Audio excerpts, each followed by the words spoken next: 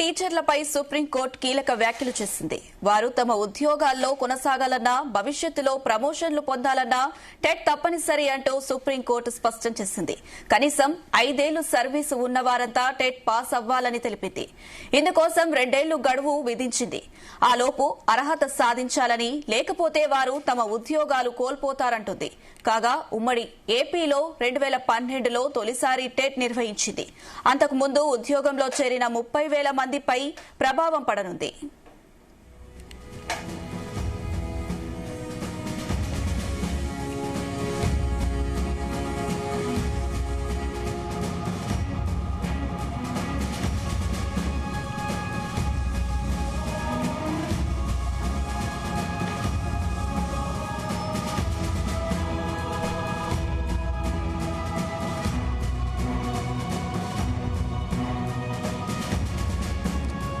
ప్రభుత్వ టీచర్లపై సుప్రీంకోర్టు కీలక వ్యాఖ్యలు చేసింది. వారు తమ ఉద్యోగాల్లో కొనసాగాలన్నా, భవిష్యత్తులో ప్రమోషన్లు పొందాలన్నా టెట్ తప్పనిసరి అంటూ సుప్రీంకోర్టు స్పష్టం చేసింది.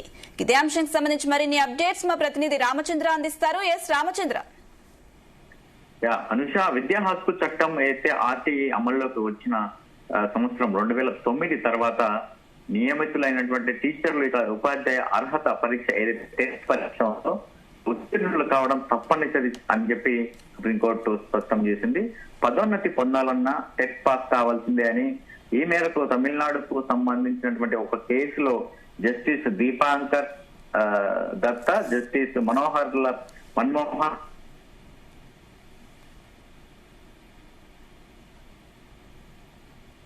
అటువంటి అన్ని రాష్ట్రాలపై ఈ తీర్పు ప్రభావం పడనుంది. తెలంగాణ విషయంలో 2012 డిఎస్సి నుంచి టెట్ అమలవుతోంది.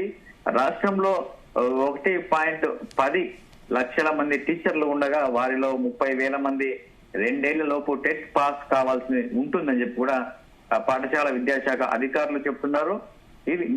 ఈ నిర్దేశిత గడువులోపు టెట్ పాస్ కాకుంటే వారు ఉద్యోగం వదులుకోవాల్సి ఉంటుందని చెప్పి కూడా చెప్తున్నారు. అలాంటి వారిని విధిగా ఉద్యోగ విరమణ చేయించి సంబంధిత బెనిఫిట్స్ ఇవ్వాలని ప్రభుత్వాలను న్యాయస్థానం ఆదేశించింది. ఒకవేళ 2009 తర్వాత నియమితులై పదవి విరమణకు 5 ఏళ్ల లోపు సర్వీస్ ఉంటే వారికి టెట్ అవసరం లేదు అని చెప్పి కూడా ఈ సందర్భంగా సుప్రీంకోర్టు సూచించింది. అయితే వారు పదోన్నతి పొందాలంటే మాత్రం టెట్ పాస్ కావాల్సిందే అని చెప్పి కూడా సుప్రీంకోర్టు చాలా స్పష్టంగా చెప్తోంది. అయితే 2009 సంవత్సరం తర్వాత పదోన్నతి పొందినటువంటి వారు టెట్ పేపర్ 2 ఏదైతే టెట్ పేపర్ 2 ఉత్తీర్ణులు కావాలా లేదా అన్న దానిపై ఇంకా స్పష్టత రావాల్సి ఉంది అని చెప్పి కూడా పలువురు ఉపాధ్యాయులు అయితే చెప్తున్నటువంటి పరిస్థితి. ఎట్టకేలకు ఎక్కువ మంది కొన్ని వేల మంది టీచర్లపై ప్రభావం ఉండబోతుందని చెప్పి కూడా చెప్తున్నారు. మరి టెట్ పాస్ కాకుండా డైరెక్ట్ టీచర్లు అయినటువంటి వారిపై ఈ ప్రభావం ఎక్కువగా ఉండే అవకాశం ఉంది. వారు ఖచ్చితంగా 2 సంవత్సరాలు పూర్తి అయిన తర్వాత ఖచ్చితంగా 2 సంవత్సరాల లోపు ఏదైతే ఇంకా పదవి విరమణ కాకుండా ఉన్నవారు 2 సంవత్సరాలు ఈ టెట్ పాస్ కావాల్సి ఉంటుందని చెప్పి కూడా చెప్పిన నేపథ్యంలో ఇక టెట్ కూడా చాలా కీలకమైనని చెప్పి కూడా తెలుస్తోంది. ఇక టెట్ పరీక్షకు ఎవరైతే గతంలో హాజరయ్యి పాస్ అవ్వలేదో వారందరూ కూడా ఇప్పుడు ఈ టెట్ పరీక్షను ఎదుర్కోవాల్సి ఉంటుందని చెప్పి కూడా చాలా పరిస్థితి అయితే కనిపిస్తుంది.